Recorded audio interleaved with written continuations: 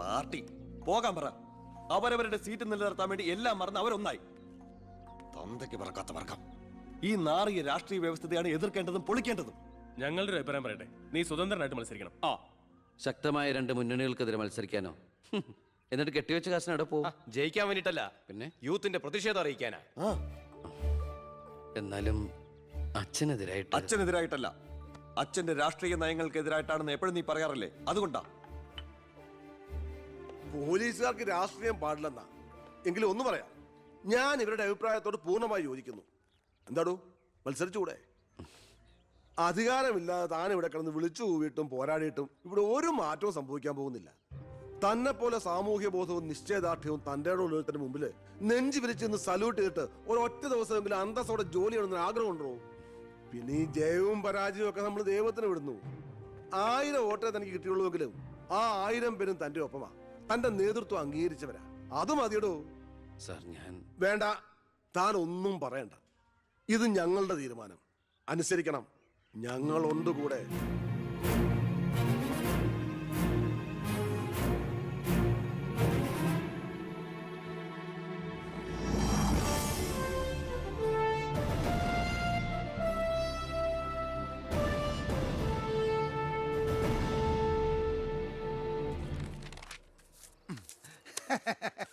ഒരുപാട് തെരഞ്ഞെടുപ്പുകൾക്ക് ഞാൻ പോസ്റ്റർ ഒട്ടിച്ചിട്ടുണ്ട്. ഭയങ്കര രാശിയുള്ളവനാ ഞാൻ. ഞാൻ പോസ്റ്റർ ഒട്ടിച്ച ഒരു സ്ഥാനാർത്ഥിയും ഒരു ഇലക്ഷൻ ഇന്നേ വരെ ജയിച്ചിട്ടില്ല. അതെന്റെ ക്വാളിഫിക്കേഷൻ. എന്റെ അമ്മയുടെ സത്യം. 77 തെരഞ്ഞെടുപ്പിൽ ഞാൻ പോസ്റ്റർ ഒട്ടിച്ച സ്ഥാനാർത്ഥി തോമസ് ചാണ്ടി ഇടിവെട്ടേറ്റ് മരിച്ചു. 84 സ്ഥാനാർത്ഥി പാണ്ടിലോറി കയറി മയ്യത്തായി. പിന്നെ മരിക്കാത്ത സ്ഥാനാർത്ഥികൾക്ക് കെട്ടിവെച്ച കാശ് പോലും കിട്ടില്ല. പിന്നെ മൈക്ക് അനൗൺസ്മെന്റിൽ ഞാൻ ബഹുമെടുക്കാനാ. മൈക്ക് അലവൻസ് അല്ല, മൈക്ക് അനൗൺസ്മെന്റ്. അതന്നെ ഞാനും പറഞ്ഞത്. എനിക്കറിഞ്ഞൂടെ? നീ എന്റെ മാനം കളയരുത് ഈശ്വര. ഇവന്റെ കെട്ടിവെച്ച കാശെങ്കിലും കൊടുത്തേക്കണേ. ഇല്ല, ഇവന്റെ കാര്യം എനിക്കറിയാൻ പാടില്ല. ഈ തെരഞ്ഞെടുപ്പിൽ ഞാൻ സ്വതന്ത്രനായി മത്സരിക്കുന്നത് ഇവിടുത്തെ രാഷ്ട്രീയ കച്ചവടക്കാരോട് ജനങ്ങൾക്കുള്ള പ്രതിഷേധം അറിയിക്കാനാണ്. എന്റെ പ്രിയപ്പെട്ട നാട്ടുകാരെ, ഈ രാജ്യത്തിൽ ജനപക്ഷ മുന്നണി സ്ഥാനാർത്ഥി സഖാവ് ജനാർദ്ദനൻ പിള്ളയ്ക്ക് അരിവാൾ അടയാളത്തിൽ വോട്ട് രേഖപ്പെടുത്തുവാൻ പ്രിയപ്പെട്ട വോട്ടർമാരെ, KDFന്റെ ശക്തനായ സ്ഥാനാർത്ഥി ശ്രീ ബാലഗംഗാധര മേനോന് ശാന്തിയുടെയും സമാധാനത്തിന്റെയും ചിഹ്നമായ അമ്പും വില്ലും അടയാളത്തിൽ നിങ്ങളുടെ വിലയേറിയ വോട്ടുകൾ രേഖപ്പെടുത്തി വമ്പിച്ച ഭൂരിപക്ഷത്തോടെ വിജയിപ്പിക്കുവാൻ അപേക്ഷിക്കുകയാണ്, അഭ്യർത്ഥിക്കുകയാണ്. ജനാധിപത്യ വിശ്വാസികളെ, നാട്ടുകാരെ, അഴിമതിക്കാരെയും കൊള്ളക്കാരെയും ഈ നാട്ടിൽ നിന്ന് എത്രയും പെട്ടെന്ന് കെട്ടിക്കെട്ടിക്കുന്നതിന് യുവത്വത്തിന്റെ പ്രതീകമായ കൃഷ്ണകുമാറിന് നമ്മുടെ ദേശീയ മൃഗമായ ഒന്നും മിണ്ടാണ്ടിരിക്കും. അതെന്നെ ഞാൻ പറയാൻ പോണത്. നമ്മുടെ ദേശീയ മൃഗമായ കടുവയുടെ സ്വന്തം ചേട്ടനായ സിംഹം അടയാളത്തിൽ വോട്ടുകൾ രേഖപ്പെടുത്തി വിജയിപ്പിക്കണമെന്ന് അഭ്യർത്ഥിക്കുകയാണ്, അപേക്ഷിക്കുകയാണ്. ഇലക്ഷൻ ഫണ്ടിലേക്ക് സംഭാവനയായി കിട്ടിയ പണം മുഴുവൻ എടുത്ത് ചിലവാക്കേണ്ട കാര്യമൊന്നുമില്ല. അല്ലാതെ തന്നെ അച്ഛൻ ജയിക്കും, ഉറപ്പാ. അത് ശരിയാ. ഇനി അഥവാ തോറ്റാ തന്നെ ആ പണം എന്തെങ്കിലും സൈഡ് ബിസിനസിന് ഉപകരിക്കും. പിസ കച്ചവടോ കുഴൽ പണമോ. തോൽവി എന്ന വാക്ക് എന്റെ ചരിത്രത്തിലില്ല. സ്കൂളിൽ പോകാത്തോണ്ട് അവിടെയും തോറ്റിട്ടില്ല. ഞാൻ ഉദ്ദേശിച്ച എന്നെ തന്നെയാ. വന്നല്ലോ എതിർകക്ഷി. അയ്യോ, അങ്ങോട്ട് കൊടുക്കടി. വോട്ട് ചോദിച്ച് തെണ്ടി തെരിഞ്ഞ് ക്ഷീണിച്ചു വന്നിരിക്കുക. കുടുംബത്തിന് മാനക്കേടുണ്ടാക്കാനും പത്രക്കാർക്ക് കഥകൾ ഉണ്ടാക്കാനും കോമാളി വേഷം കിട്ടി ഇറങ്ങിയിരിക്കുക. സംശയമുണ്ടോ? കഷ്ടാൽ കഷ്ടം. അച്ഛനെ കിട്ടേണ്ട കുറച്ച് വോട്ടുകൾ പിടിക്കുമായിരിക്കും, എന്നിട്ട് ജയിക്കുവോ? അതുമില്ല. അതുകൊണ്ട് ആർക്കാ നേട്ടം? ജനപക്ഷ മുന്നണിക്ക്. യവൻ കാരണം ആർക്കും ഒരു ഗുണം കിട്ടില്ല. ഇവനൊക്കെ ആര് വോട്ട് കൊടുക്കാനാ? ഈ കുടുംബത്തിന് പോലും ഒരു വോട്ട് കിട്ടുകൂടാന്നൊക്കെ. ഇവിടുന്ന് ഒരു വോട്ട് എനിക്ക് ഉറപ്പുണ്ട്. എന്റെ അമ്മയുടെ. അല്ലേ അമ്മേ? അമ്മയുടെ വോട്ട് ചോദിക്കാൻ വന്നേക്കണം. വോട്ട് ചോദിക്കാൻ വന്ന മകനെ ആട്ടിപ്പായിക്കണ്ടായിരുന്നു. സുഹൃത്തുക്കളെ, നിങ്ങൾക്ക് എല്ലാവർക്കും അറിയാം, കഴിഞ്ഞ 25 വർഷമായിട്ട് എന്റെ നാട്ടുകാർ എനിക്ക് തീരെഴുതി തന്നിട്ടുള്ള മണ്ഡലമാണ് ചിറ്റാരിക്കര. അതൊരു പോരായ്മ തന്നെയാണ്. അതെ അതെ, എന്ന് എതിർ പാർട്ടിക്കാർ പറയുമെന്ന് ഞാൻ ഉദ്ദേശിച്ചത്. ചിറ്റാരിക്കരയിൽ നിന്നും കേരളക്കര മൊത്തം KSRTC ബസ് സർവീസ് ഇല്ലേ? ഗതാഗത മന്ത്രിയായിരുന്നപ്പോ ഞാൻ ചെയ്തതാ ഈ നാടിന് വേണ്ടി ഇതൊക്കെ. ഇനി ഈ നാട്ടിലെ പട്ടിണിപ്പാവങ്ങൾക്ക് വേണ്ടി ഒരു എയർപോർട്ട്, അതാണ് എന്റെ സ്വപ്നം. പട്ടിണി പാവങ്ങൾക്ക് എയർപോർട്ട് അത്യാവശ്യമല്ലേ? ലണ്ടനിൽ പോവാൻ, അതെന്തിന്? വെളുക്കിരിക്കാൻ. ഈ നാടിനെ സ്വർഗതുല്യമാക്കാൻ നിങ്ങൾ എന്നെ വിജയിപ്പിച്ച് മന്ത്രിയാക്കി ചിറ്റാരിക്കരയുടെ പാരമ്പര്യം നിലനിർത്തണമെന്ന് ആഹ്വാനം ചെയ്തുകൊണ്ട് നിർത്തുന്നു. ജയ് ഹിന്ദ്.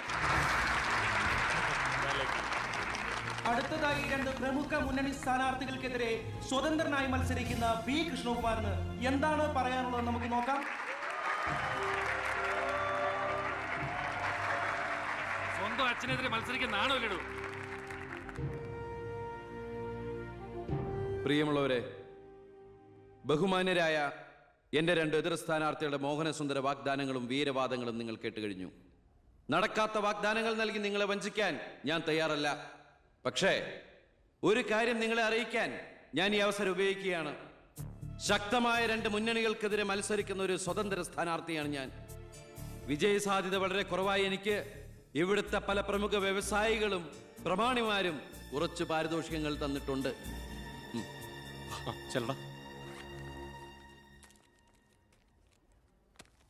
ഇത് 5 ലക്ഷം രൂപയുണ്ട്. നമ്മുടെ മുന്നിലിരിക്കുന്ന നന്മ നിറഞ്ഞ ശ്രീ ചാണ്ടിച്ചൻ സംഭാവനയായി തന്നതാണ് ഈ തുക. ഇത് 3 ലക്ഷം വ്യവസായ പ്രമുഖൻ കോശിയുടെ വക. ഇത് 2 ലക്ഷം അബ്കാരി നമ്പീശന്റെ വക. ഇത് 1 ലക്ഷം കോൺട്രാക്ടർ സരസന്റെ വക. വിജയ സാധ്യത ഒട്ടുമില്ലാത്ത എനിക്ക് ഇത്രയൊക്കെ കിട്ടിയിട്ടുണ്ടെങ്കിൽ വിജയത്തിന്റെ തൊട്ടടുത്ത് നിൽക്കുന്ന എന്റെ എതിർ സ്ഥാനാർത്ഥികൾക്ക് എത്രയൊക്കെ കിട്ടി കാണും.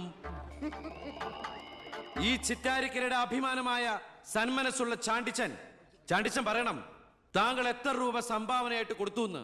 ആ നല്ല മനസ്സ് ജനങ്ങളൊക്കെ ഒന്ന് അറിയട്ടെ എന്ന്. ജനാർദ്ദനം പിള്ളയ്ക്ക് 10 ലക്ഷം, മേനോൻ സാറിന് 20 ലക്ഷം അല്ലേ? സത്യമാണ്, നുണ പറയല്ല. പണം പിടിച്ചു. Thank you Chandichan. കർത്താവ് തരുന്നു, ഞാനത് കൈനീട്ടി വാങ്ങിക്കുന്നു. എങ്ങനെയുണ്ട്? ടി വിയിൽ വരുക. കേട്ടല്ലോ, ഇതുപോലെ എത്ര ലക്ഷങ്ങൾ ഇവരുടെ കൈകളിൽ എത്തിക്കാണും.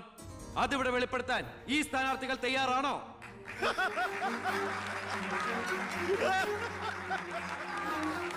ബഹുമാന്യരെ, ഈ പണം കൊണ്ട് എന്റെ പോസ്റ്ററുകൾ അച്ചടിച്ച് ഈ മണ്ഡലം മുഴുവൻ ഒട്ടിക്കാം, ബാനറുകൾ കെട്ടാം, വോട്ടുകൾ വിലയ്ക്ക് വാങ്ങാം. പക്ഷേ ഞാനത് ചെയ്യില്ല.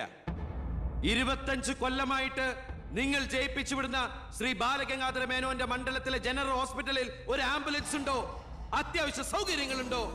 പ്രിയമുള്ളവരെ, ചാണ്ടിച്ചൻ നന്ദി 5 ലക്ഷം രൂപ ഇവിടുത്തെ ജനറൽ ഹോസ്പിറ്റലിന് ആംബുലൻസിനും മറ്റുള്ള സൗകര്യങ്ങൾക്കും വേണ്ടി ചാണ്ടിച്ചന്റെ പേരിൽ ഞാനിത് ഇന്ത്യ വിഷയം ഏൽപ്പിച്ചുകൊള്ളുന്നു. ഞാൻ സമ്മതിക്കൂല. സുഹൃത്തുക്കളെ, ബാക്കിയുള്ള ഈ തുക പാവപ്പെട്ട കുട്ടികളുടെ പഠിപ്പിനും ഭക്ഷണത്തിനും അതുപോലെ ആരോരുമില്ലാത്ത വൃദ്ധജനങ്ങളുടെ സൗജന്യ ചികിത്സയ്ക്കുമായി ഈ തുക തന്ന ആളുകളുടെ പേരിൽ തന്നെ ഞാനിത് ഇന്ത്യ വിഷ്ണു കൈമാറുന്നു. ജയ് ഹിന്ദ്. നമസ്കാരം. പ്രധാന വാർത്തകൾ.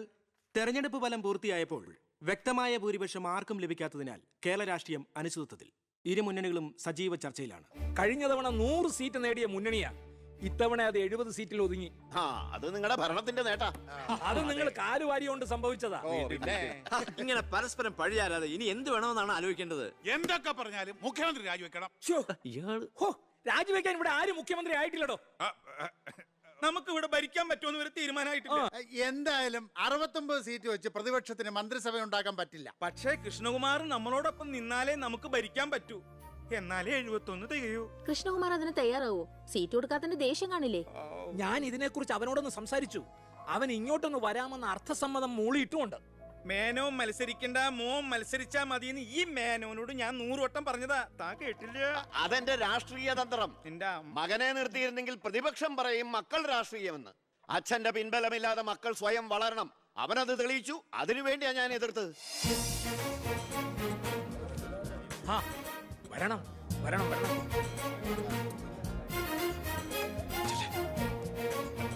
മിടുക്കൻ മിടുക്കൻ.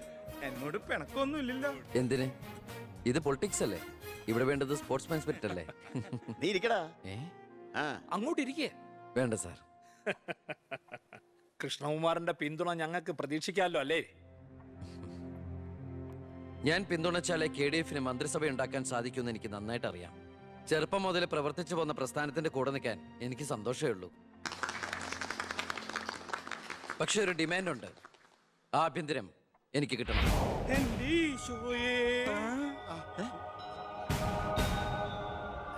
ഞാൻ ആ കാര്യം പറയാനിരിക്കായിരുന്നു. Home minister ആകാനോ? അത് നടപ്പില്ല. മന്ത്രി ആകണമെങ്കിലേ വകുപ്പിനെ കുറിച്ച് അറിയണം, പ്രവൃത്തി വരികയോ വേണം. ആരതൊക്കെ പഠിച്ചിട്ട് ഇവിടെ മന്ത്രിയാണത്? ദിവാരേട്ടൻ ഗതാഗത മന്ത്രിയായിട്ട് ഇരുന്നിട്ടില്ലേ? പണ്ടങ്ങോ ബസ്സിൽ കയറിയതാണോ പ്രവൃത്തി പരിചയം? വണ്ടി ഓടിക്കാൻ അറിയോ ദിവാരേട്ടന്? വേണ്ട. ആക്സിലേറ്റർ ക്ലച്ചും ബ്രേക്കും തിരിച്ചറിയോ? ഇല്ല. ആ ഇതായിരിക്കണേ കിഴിപ്പുള്ളി സാറ്. പണ്ട് വിദ്യുച്ഛക്തി വകുപ്പ് കൈകാര്യം ചെയ്തിരുന്ന ആളല്ലേ? ഒന്ന് ചോദിച്ചോട്ടെ, ഈ വിദ്യുച്ഛക്തി എങ്ങനെ ഉണ്ടാക്കുന്നേ? പറയട്ടാ, അത് വെള്ളത്തിന്ന്. ആണോ? പിന്നെന്താ വെള്ളത്തിൽ തൊട്ട ഷോക്ക് അടിക്കാത്ത? പറയാൻ അതൊക്കെ എന്തിനാ നമ്മൾ അറിയുന്നേ? സ്വിച്ച് ഇട്ടാ കറണ്ട് വരുന്നുണ്ടോ? അത് മാത്രം അറിഞ്ഞാൽ മതി. അതറിയില്ല. യവൻ പറയുന്നതിലും കാര്യമുണ്ടെന്നേ. പിന്നെന്താ ഷോക്ക് അടിക്കാത്ത? നമ്മളെന്തിനാ വല്ലവന്റെയും കാര്യം ആലോചിച്ച് തല ഉണ്ടാക്കുന്നേ? ഏതൊരു ജോലിക്കുണ്ട് യോഗ്യത ടെസ്റ്റ്. സത്യത്തിൽ മന്ത്രിയാകാനും വേണം ഒരു പരീക്ഷ. ഈ IAS IPS ഒക്കെ പോലെ IIPS, Indian institute of political science, അത് പഠിക്കണം. അല്ലെങ്കിൽ വേണ്ട. മിനിമം യോഗ്യത 10ാം ക്ലാസ് പാസ്സാവണമെന്ന് പറഞ്ഞാൽ ഇവിടെ ഇരിക്കുന്ന പലരും ഓടിപ്പോണ്ടി വരും. ഈ തെരഞ്ഞെടുപ്പ് എന്ന് പറയണത് തന്നെ ഒരു പരീക്ഷയാ. ആ പരീക്ഷ പാസ്സായവർക്ക് മാത്രമേ മന്ത്രിയാവാൻ പറ്റൂ. അതൊരു പരീക്ഷയല്ല സാറേ, പരീക്ഷണമാണ്. ഇവനെങ്കിലും ശരിയാവോ എന്നുള്ള ജനങ്ങളുടെ പരീക്ഷണം.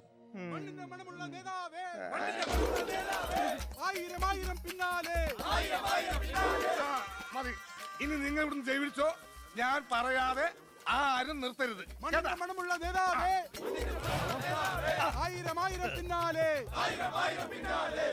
എന്തിനാ ഇങ്ങനെ ഓരോന്നിനെ സൃഷ്ടിക്കണേ? അപ്പൊ സാറേ, എന്റെ കക്ഷി മത്സരിച്ച 3 സീറ്റിലും ഞങ്ങൾ വിജയം കണ്ടെത്തി കഴിഞ്ഞു. ഇവരുന്ന മന്ത്രിസഭയിൽ ആഭ്യന്തരം തന്നെ പിടിക്കാനാണ് എന്റെ തീരുമാനം. എങ്കിലും ഞാൻ ഇറങ്ങാണ്. അയ്യോ പോകല്ലേ, നമുക്ക് ചർച്ച ചെയ്യാം. എന്റെ തീരുമാനത്തിൽ മാറ്റൂല.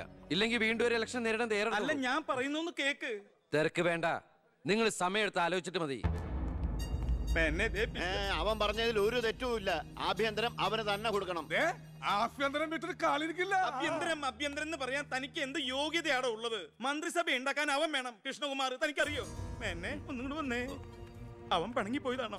കാര്യം കാണാൻ കഴുതക്കാരും പിടിക്കണം. ഞാൻ ആരുടെ കാല് പിടിക്കണം പറഞ്ഞേ? തന്റെ കാല് പിടിക്കണോ? തന്റെ മോന്റെ കാല് പിടിക്കണോ? ഞാൻ ആരുടെയും പിടിക്കാൻ തയ്യാറാ. ഒന്നുകൂടെ ആലോചിച്ചിട്ട് പോരെ പക്വതയില്ലാത്ത ഒരുത്തന്റെ കയ്യിൽ ആഭ്യന്തരം കൊടുക്കാൻ. അവന്റെ പിറകിൽ ഞാനില്ലടോ. അവനെ മുന്നിൽ നിർത്തി ഞാൻ ഭരിക്കും. ആരൊക്കെ എന്തൊക്കെ പറഞ്ഞാലും ആഭ്യന്തരം ഞാൻ വിട്ടു തരില്ല. തനിക്ക് കൈയിട്ട് വരാൻ പറ്റിയ ഒരു വകുപ്പ് തന്നാ പോരെ? തരാം. എങ്കിൽ വനം മതി.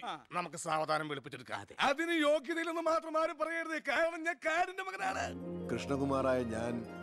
കൃഷ്ണകുമാറായ ഞാൻ നിയമം വഴി സ്ഥാപിതമായ ഭാരതത്തിന്റെ ഭരണഘടനയോട് ഒരു മന്ത്രി എന്ന നിലയിൽ എന്റെ കർത്തവ്യങ്ങൾ വിശ്വസ്തയോടെ മനസാക്ഷിയെ മുൻനിർത്തി നിർവഹിക്കുമെന്നും ബി കൃഷ്ണകുമാർ ആഭ്യന്തരമന്ത്രിയായി സത്യപ്രതിജ്ഞ ചെയ്ത് അധികാരമേറ്റു. ഗവർണർ നരേന്ദ്ര ഷെറാവത്ത് സത്യവാചകം ചൊല്ലിക്കൊടുത്തു. തൊമ്മൻചാക്കോ മന്ത്രിസഭയിലെ ഏറ്റവും പ്രായം കുറഞ്ഞ മന്ത്രിയാണ് ബി കൃഷ്ണകുമാർ.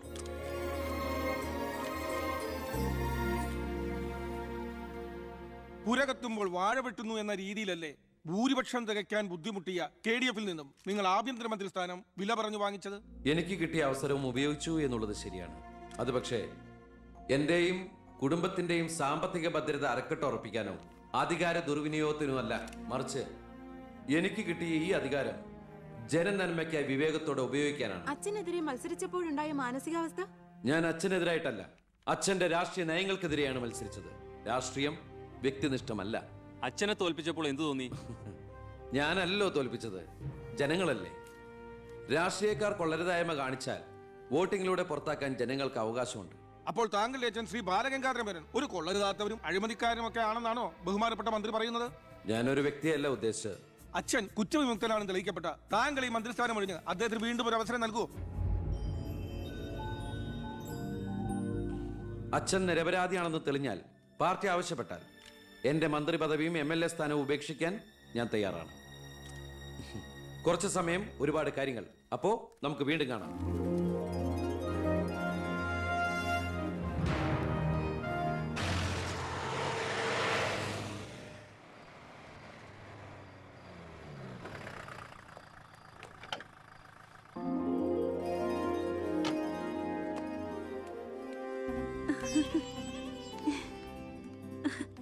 ഏട്ടാ, അമ്മേ,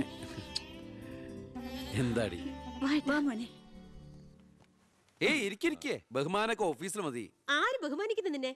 ഓ, ഒരു മന്ത്രി. ഞങ്ങൾ കുറെ മന്ത്രിമാരെ ചെറുപ്പം മുതൽ കണ്ടിട്ടുള്ളതാ.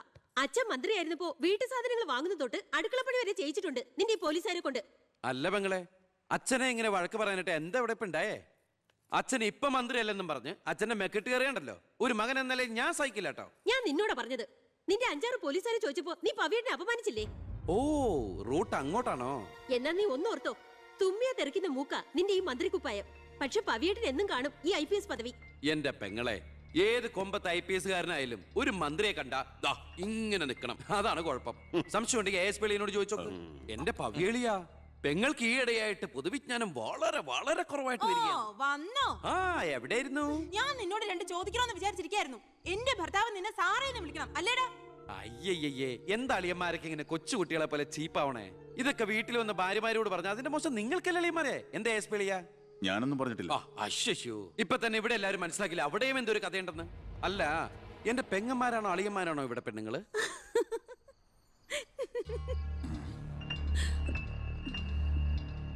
അച്ഛാ, അച്ഛനെങ്കിലും ഒന്ന് പറഞ്ഞു കൊടുത്തൂടെ കുട്ടികൾക്ക് ഓഫീസ് വേറെ വീട് വേറെ എന്ന്?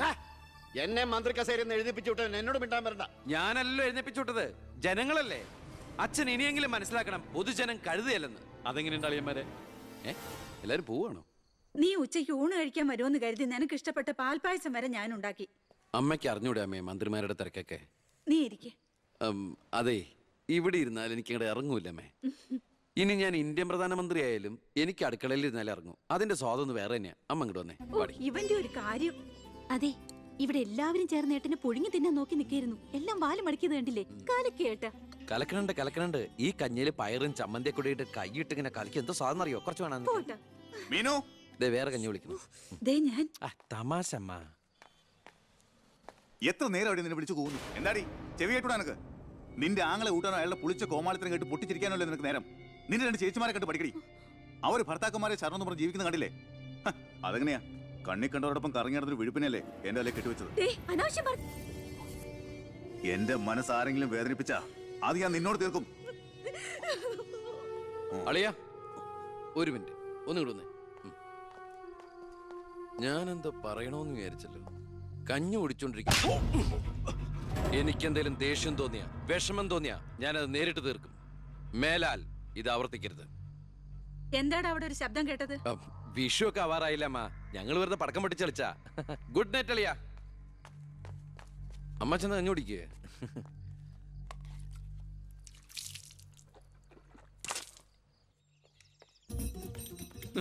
പത്രം വായിച്ചില്ലയോ? പുതിയ ആഭ്യന്തരമന്ത്രിയുടെ കൽപ്പന. വയറ് ഉറയ്ക്കാൻ പോലീസുകാർ രാവിലെ ഓടണമെന്ന്. ഞാൻ പണ്ടേ ഓടാറുണ്ട്. എന്റെ കർത്താവേ, കുതിരയ്ക്ക് വെച്ച കഴുതയ്ക്ക് ഉണ്ടോ? എന്റെ ഈശോയെ, ഞാൻ സാറിനല്ല ഉദ്ദേശിച്ച. ഓ, നല്ല മസില. അളിയ, ഒരു മിനിറ്റ്. അയ്യോ, അതിനല്ല. എന്ത് ചെയ്യാനാ? നിങ്ങളുടെയൊക്കെ കഷ്ടകാലത്തിന് ഞാൻ ഇവിടുത്തെ ആഭ്യന്തരമന്ത്രിയായി പോയി അല്ലേ അളിയ? അളിയൻ ഇനിയും ഡ്യൂട്ടിക്കിടയിൽ എന്നെ കാണേണ്ടി വരും. എന്നെ സല്യൂട്ട് ചെയ്യേണ്ടിയും വരും. തെറ്റ് കണ്ട ഞാൻ എന്തെങ്കിലും പറയുകയും ചെയ്യും. ആ അരിശം മുഴുവൻ അളിയൻ വന്ന് പെങ്ങളെടുത്ത് തീർക്കും. അത് കണ്ട ഞാൻ തിരിച്ചടിക്കും. അങ്ങനെ അടിയും തിരിച്ചടിയൊക്കെ ആയിട്ട് പോണ്ടതാണോ അളിയ നമ്മുടെ ഈ മാതൃകാ കുടുംബം? ഒന്നുമില്ലെങ്കിലും നമ്മൾ അളിയനും അല്ലേ അളിയ? അതുകൊണ്ട് ഞാൻ ഇരുത്തി ചിന്തിച്ചൊരു തീരുമാനം എടുത്തു. സെൻട്രൽ ഹോം ഡിപ്പാർട്ട്മെന്റിലേക്ക് അളിയനൊരു ട്രാൻസ്ഫർ ഓൺ ഡെപ്യൂട്ടേഷൻ. ഓർഡർ. നാളെ തന്നെ ജോയിൻ ചെയ്യണം. All the best. എങ്ങോട്ട്? ബീഹാറിലേക്ക്. ബീഹാറിലേക്കോ? ബീഹാർ ബെസ്റ്റ് സ്ഥലമാണ് അളിയ. നോ, എനിക്ക് പറ്റില്ല. നിനക്കെന്നെ ശരിക്കും അറിയില്ല. എന്താ അളിയ ഇങ്ങനെ? ചില തെണ്ടി പിള്ളേരെ പോലെ. ഇത് ഗവൺമെന്റ് ഓർഡർ അല്ലേ? അത് ഹോം മിനിസ്റ്റർ നേരിട്ട് തരുന്നത്. അനുസരിച്ചേ പറ്റൂ. എന്താ ഇവിടെ? ASP അളിയനെ മന്ത്രി അളിയൻ ബീഹാറിലോട്ട് തട്ടി. മന്ത്രിയുടെ ഭരണപരിഷ്കാരങ്ങൾ കുടുംബത്തും. ബീഹാറിലേക്കോ? ബീഹാർ ബെസ്റ്റ് സ്ഥലമാണമ്മേ. അല്ല, ഈ ബീഹാർ എന്ന് പറയുമ്പോ എടീ, ബീഹാർ ഗംഭീര സ്ഥല. നീ വിഷമിക്കണ്ട, നീ പതുക്കെ പോയാ മതി. പേടിക്കാനൊന്നുമില്ല സാറേ. അവിടെ ചെന്ന് ലല്ലു പ്രസാദുമായി ഒരു ടൈപ്പ് ഉണ്ടാക്കിയാൽ കുശാലല്ലേ കുശാൽ. അയ്യോ ചേടാ, കുടുംബത്തെ ഒരു മന്ത്രി ഉണ്ടായാൽ അതുകൊണ്ട് ഗുണം ഉണ്ടാകേണ്ടത് കുടുംബക്കാർ. അളിയന് വേണോ ഗുണം? അളിയന് ഈ ചിറാപ്പുഞ്ചി എങ്ങനെയാ? ചിറാപ്പുഞ്ചി? ആ, ചിറാപ്പുഞ്ചി ബെസ്റ്റ് സ്ഥലമാണ് അളിയ. അവിടെ IAS കാർക്ക് എന്താ ഡിമാൻഡ് എന്നറിയോ? നമുക്കൊരു കൈ നോക്കിയാലോ? നീ ബ്രേക്ക്ഫാസ്റ്റ്. അമ്മ പേടിച്ചു പോയോ? നമുക്ക് അച്ഛനെ നാഗാലാൻഡിലേക്ക് തട്ടിയാലോ?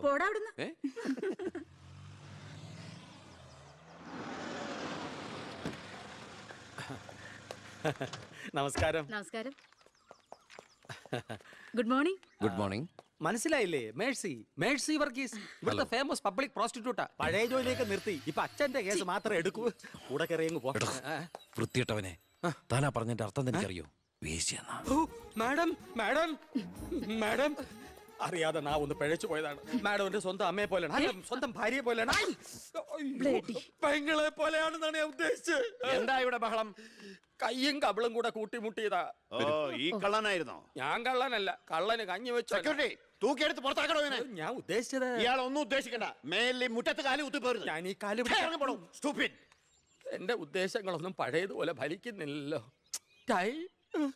തെളിവുകളും സാക്ഷിമൊഴികളും അനുകൂലമാണെങ്കിൽ പിന്നെ ഒന്നും പേടിക്കാനില്ല. സെൽഫോൺ ഒരു പ്രധാനപ്പെട്ട തെളിവല്ല, അതിലേക്ക് ആർക്ക് വേണമെങ്കിലും വിളിക്കാം, തിരിച്ചും വിളിക്കാം. പക്ഷേ ശാരിയുടെ സാക്ഷിമൊഴി പ്രധാനമാണ്. അതിലൂടെ മാത്രമേ വെട്ടൂർ ശിവനും ഈ കൊലയും തമ്മിലുള്ള ബന്ധം വാദിഭാഗത്തിന് തെളിയിക്കാൻ പറ്റൂ. ഈ വെട്ടൂർ ശിവൻ നിരപരാധിയാണെങ്കിൽ അച്ഛനും നിരപരാധിയാണ് അല്ലേ മാഡം? അതെ. അപ്പോ എങ്ങനെയും ശാരിയുടെ മൊഴി നമുക്ക് അനുകൂലമാക്കണം. അച്ഛൻ ആ കുട്ടിയോടൊന്ന് സംസാരിച്ച. ഓ, ഇവിടുത്തെ പഴയ ബാല്യക്കാരുടെ മോളാ അവള്. ഇനി ഞാൻ അവളെ കാല് പിടിക്കണമെന്ന് പറഞ്ഞാ? അച്ഛാ, ഇപ്പൊ ആവശ്യം നമ്മുടെതാ. അവൾ അനുസരിക്കും. അതിനുള്ള തന്ത്രങ്ങളൊക്കെ അച്ഛൻ അറിഞ്ഞൂടെ?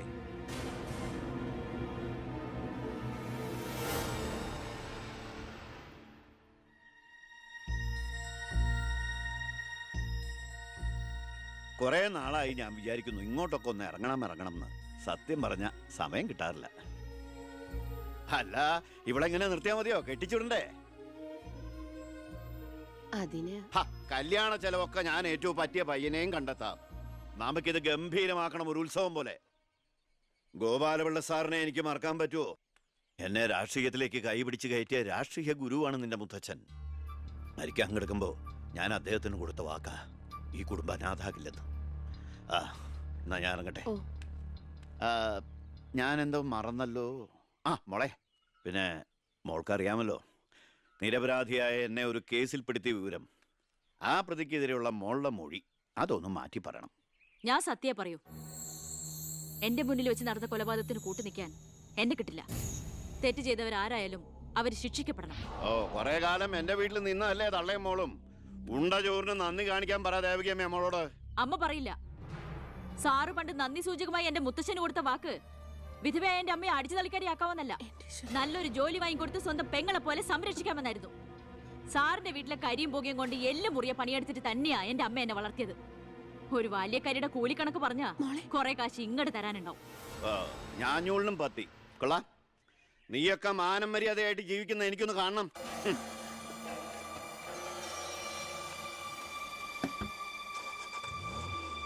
എടാ ഞാനാ. എന്താ അച്ഛാ? ഏയ് നടക്കില്ലടാ. ഇന്ന് അച്ഛൻ അവളുടെ അടുത്ത് പോയി, നാളെ അവൾ അച്ഛൻ്റെ അടുത്ത് വരണം. അച്ഛൻ സമാധാനമായിട്ടിരിക്കെ, ബാക്കിയൊക്കെ ഞാൻ നോക്കിക്കോളാം.